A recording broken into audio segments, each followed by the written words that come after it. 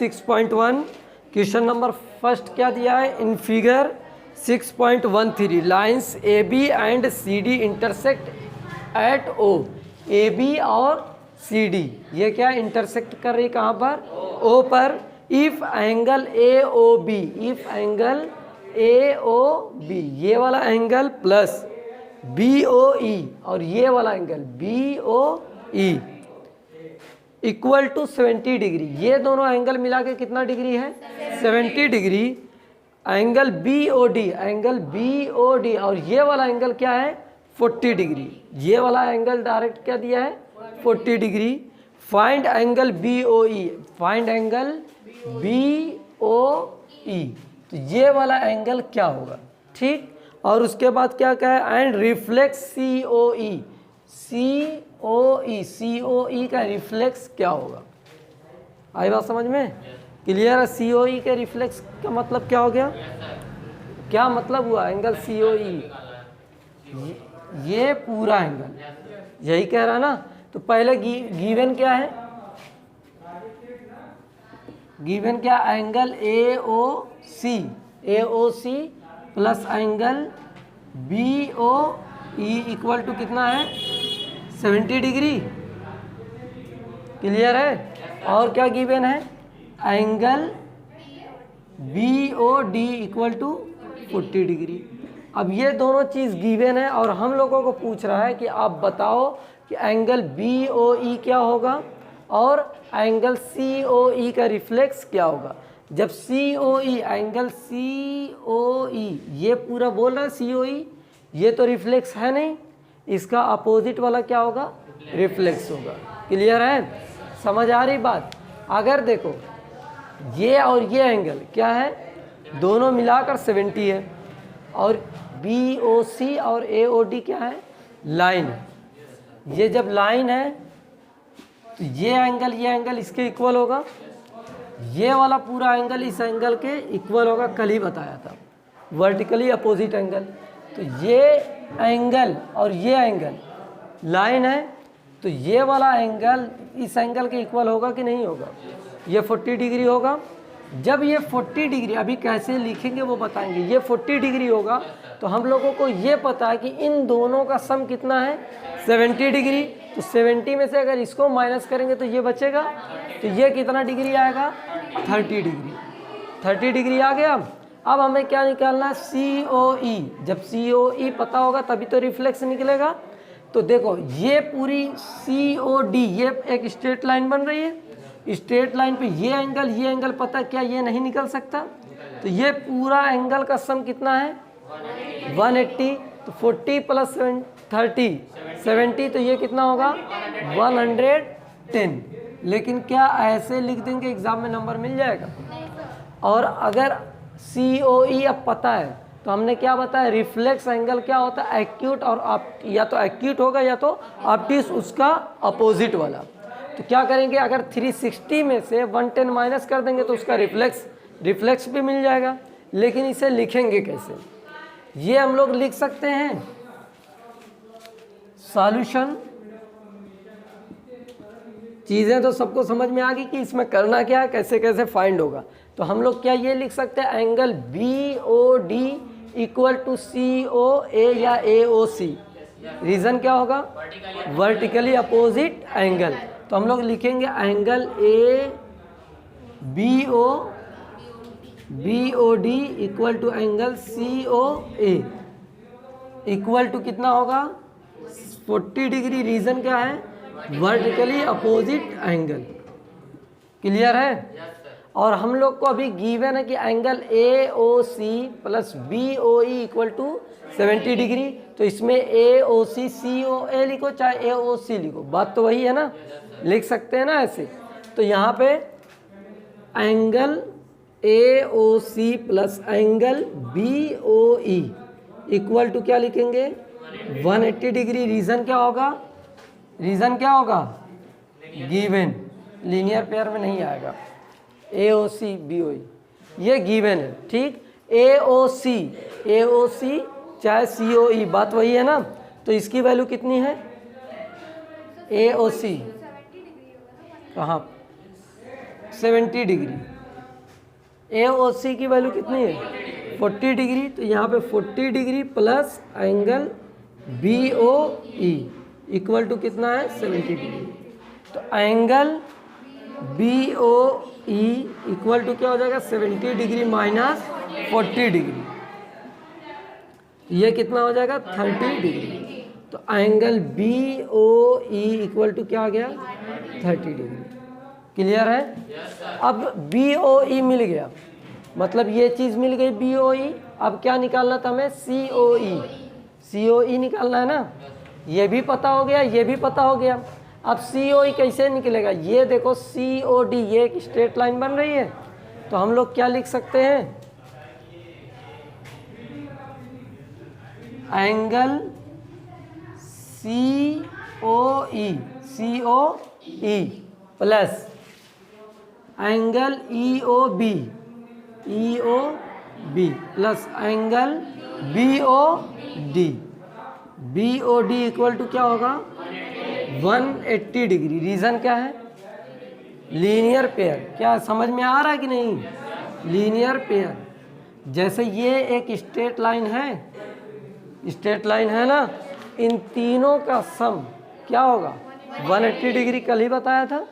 तो angle COE की value पता है, कहाँ पता है, ये तो फिगर में अभी मैं सॉल्व किया हूँ ना।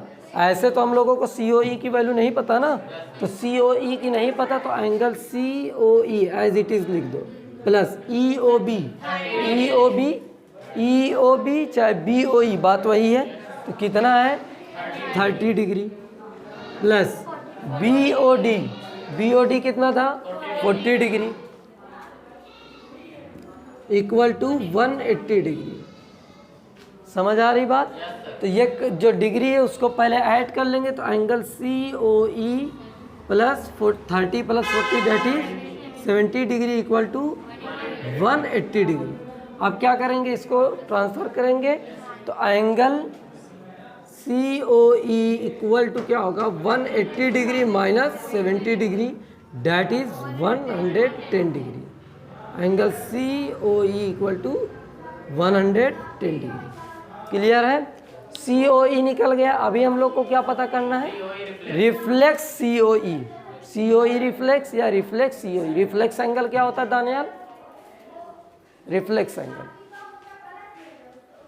डेफिनेशन क्या बताए थे,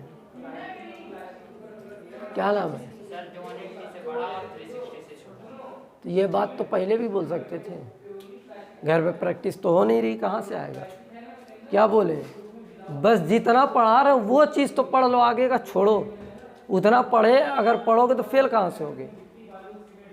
ये कोई 9-10 की टॉपिक नहीं है रिफ्लेक्स एंगल, 7-6 में है। जो चीज़ पढ़ाई जा रही उसको बस रिवाइज करो। रिफ्लेक्स एंगल क्या होता है, ग्रेटर देन 180 लेस देन 360। तो एंगल COE निकालना है, तो इसका क्या होगा पूरा अपोजिट। तो reflex angle COE equal to क्या हो जाएगा 360 degree minus angle COE। Clear है? तो 360 डिग्री माइनस COE की वैल्यू क्या है 110। तो 0 से 0 जाएगा 0, 6 से बन गया 5 और 3 से बन गया 2। कितना आया रिफ्लेक्स एंगल 250 डिग्री। समझ में आया है? क्लियर है? नोट करो फटाफट। क्वेश्चन नंबर सेकंड क्या है, in figure 6.14 lines XY and MN intersect at O if angle POY equal to 90 degree and A ratio B equal to 2:3 find C। तो कह रहा है कि जो XOY है MN है, ये क्या है, एक लाइन है, ठीक है, और ये इंटरसेक्ट कहाँ कर रहे हैं, एट ए पॉइंट O। और उसके बाद कह रहा है कि अगर POY गिवन में क्या है, angle POY equal to 90 degree, angle POY equal to 90 degree, ये 90 डिग्री है। उसके बाद क्या गिवन है, दिया है कि A ratio B equal to 2:3 और ये A और B की वैल्यू है, ठीक। तो देखो उसके बाद क्या बोला, फाइंड सी, बस यही सी पता करना है। तो ये देखो ये कितना डिग्री है, 90 डिग्री। ये कितना डिग्री है, 90 डिग्री। और एक्स ओ वाई ये क्या है, एक स्ट्रेट लाइन है। ये क्या है, स्ट्रेट लाइन है। तो ये एंगल बी, एंगल ए और एंगल 90 जो डिग्री बन रहा है, इन तीनों का सम क्या होगा, 180 डिग्री होगा। और ये इतना 90 है, तो क्या ये पूरा 90 होगा कि नहीं होगा। तो क्या हम लोग इसको ये लिख सकते हैं, angle X C M plus angle M O P equal to 90 degree. लेकिन उससे पहले जो चीज़ रेशियो में गिवन है, हमने क्या बताया, तो उसको सबसे पहले क्या करेंगे, चेंज करेंगे नंबर में। नंबर में चेंज करने के लिए क्या करते हैं, वेरिएबल से मल्टीप्लाई करते हैं, किसी भी वेरिएबल से। क्लियर है, वेरिएबल से मल्टीप्लाई करेंगे। तो इसमें angle P O M, P let angle P O M equal to 2x मान सकते हैं। ए रेशियो बी है 2:3, तो ए किसकी वैल्यू है, एंगल पी ओ एम, तो उसको 2x मान सकते हैं। क्लियर है ना। क्या बताया था, ये रेशियो में जब भी गिवन है तो उसको क्या करते हैं, नंबर से मल्टीप्लाई करते हैं। क्यों किसी भी वेरिएबल से मल्टीप्लाई करते हैं ताकि वो नंबर में चेंज हो जाए। ठीक, उसके बाद क्या है, let angle M O X is equal to क्या हो जाएगा, 3x। क्लियर है। तो हम लोग लिख सकते हैं angle P O M plus angle M O X equal to 90 degree. 90 degree क्यों लिख सकते हैं, ये तो पता है सबको। एंगल पी ओ एम की वैल्यू क्या है, 2x, क्या है 2x plus M O X की वैल्यू क्या है, 3x। 2x plus 3x is equal to 90 degree लिख सकते हैं। तो 2x प्लस 3x कितना होगा, 5x। 5x is equal to 90 degree. इसके बाद क्या करते हैं, जो वेरिएबल को एक तरफ, कांस्टेंट को एक तरफ। तो ये 5x लिखा है, 5 और x का आपस में क्या रिलेशन है, मल्टीप्लाई का। तो ये अगर कांस्टेंट टर्म है 5, उधर भेजेंगे तो जाकर क्या करेगा, डिवाइड करेगा। तो x इज इक्वल टू 90/5 लिख सकते हैं। तो x इज इक्वल टू क्या आएगा, 5 1 जा 5, 4 बचेगा, 9 में से 5 जाएगा, 5 8 जा 40। तो कितना आया, x is equal to 18 degree. अभी ये किसकी वैल्यू आई है, x की। किसकी वैल्यू आई है, x की। और अभी हमें निकालना किसका, पी ओ एम और एम ओ एक्स की वैल्यू। ठीक है, एंगल पी ओ एम क्या है, 2x, और अभी सिर्फ किसकी मिली है वैल्यू, x की। तो हम लोग लिख सकते हैं angle P O M is equal to 2x, that is 2 into 18। तो कितना हो जाएगा, 36 डिग्री। ठीक है, एंगल पी ओ एम की वैल्यू क्या आ गई, P O M is equal to 36 degree. अब angle M O X, angle M O X is equal to कितना है, 3x। तो ये कितना हो जाएगा, 3 इंटू 18 कितना हो जाएगा, 54। क्लियर है। अब हमें किसकी वैल्यू फाइंड करनी है, c की वैल्यू। c तो रेशियो में गिवन नहीं है, वो सिर्फ वेरिएबल दिया है।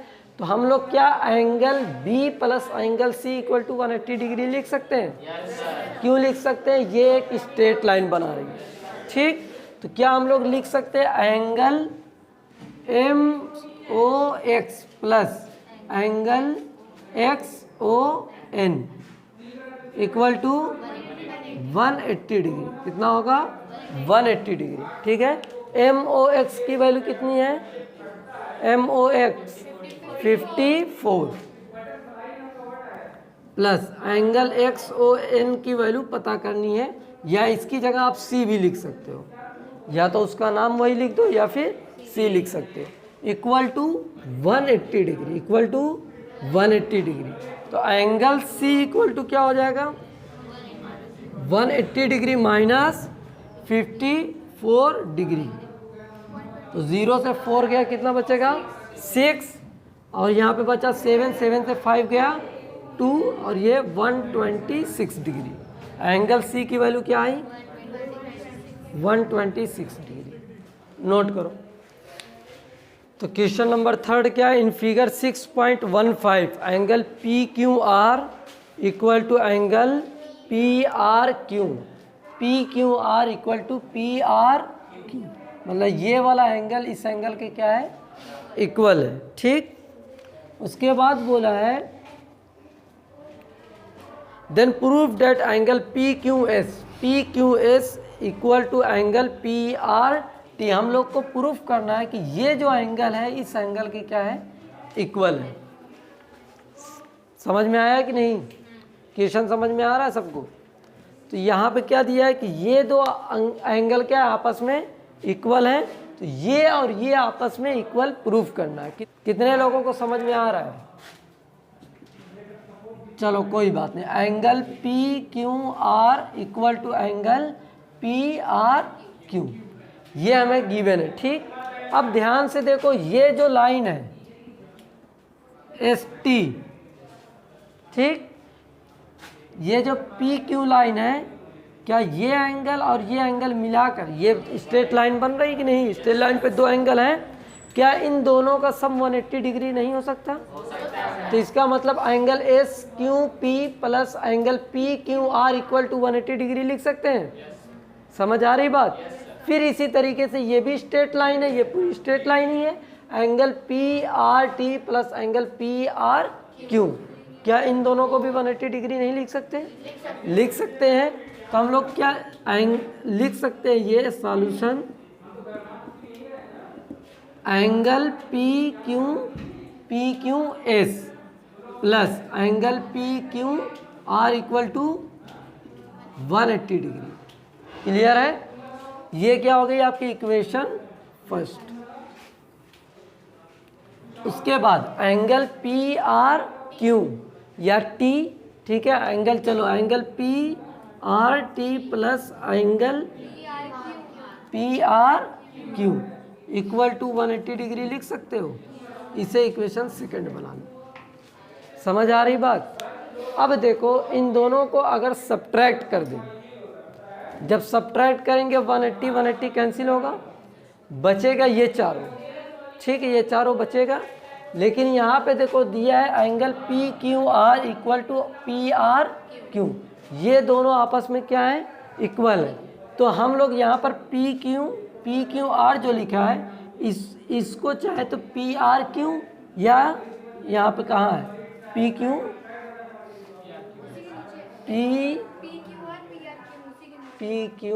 पी आर क्यू, यहाँ इन दोनों का सेम नाम दे सकते हैं। ये दोनों जब आपस में इक्वल हैं, चाहे इसको पी क्यू आर रहने तो इसको भी पी क्यू आर लिख सकते हैं। क्लियर है? तो यहाँ से लिखेंगे फ्रॉम इक्वेशन 1 and 2, तो सब्ट्रैक्ट करेंगे angle P Q S plus angle P Q R equal to क्या है, 180 डिग्री। ठीक, उसके बाद angle P R T plus angle P R Q equal to 180 degree. Subtract करेंगे, तो जब सब्ट्रैक्ट करते हैं, माइनस करते हैं, इस तरीके से इक्वेशन बनाकर जो भी नीचे नंबर होता है, चाहे वो नंबर हो, एंगल्स हो, कुछ भी हो, उनकी साइन क्या होती है, चेंज हो जाती है। उनकी साइन क्या होती है, चेंज होती है। तो angle P R T plus है या माइनस? प्लस में, तो इसकी साइन क्या हो जाएगी, माइनस। इसकी साइन क्या है, प्लस, तो ये क्या हो जाएगी, माइनस, और ये भी क्या हो जाएगा, माइनस। तो ये क्या हो जाएगा, कैंसिल, ज़ीरो हो जाएगा। ठीक, चलो ज़ीरो ही लिख लो। और यहाँ पर क्या बचेगा, angle P Q S minus angle P R T, उसके बाद क्या बचेगा, plus angle P Q are minus angle P R Q. Clear है? अब देखो, बता रहे। अब देखो, यहाँ पे आपको पी क्यू आर और P R Q, P Q are और पी आर क्यू दोनों आपस में इक्वल हैं, दिया है ना पहले से गिवन में। क्या ये दोनों कैंसिल कर सकते हैं जब इक्वल हैं? तो अब क्या बचा, angle P Q S minus angle P R T equal to 0 degree, 0 वहाँ पे, और इस माइनस को उधर भेजेंगे तो angle P Q S equal to angle P R clear है? समझ आ रही बात? और अगर चाहो तो यहीं पे इक्वेशन सेम करके डायरेक्ट लिख भी सकते हो, मतलब उसकी वैल्यू जो है सेम करके माइनस करके तुरंत आ जाएगा आंसर। क्लियर है? अगर ये चीज़ें समझ में आई कि नहीं? सब्ट्रैक्ट करना समझ में आया? यहाँ पे जिसको जो थोड़ा सा ज़्यादा समझ में आ रहा है, चीज़ें समझ में आ रही है, तो यहाँ पे वो डायरेक्ट भी लिख सकता है एंगल, ये वाला स्टेप डायरेक्ट आ जाएगा। आई बात समझ में? 2 स्टेप गायब हो जाएगा। लेकिन अगर डिटेल में तो ऐसे ही जाओगे। क्लियर है? नोट कर लो।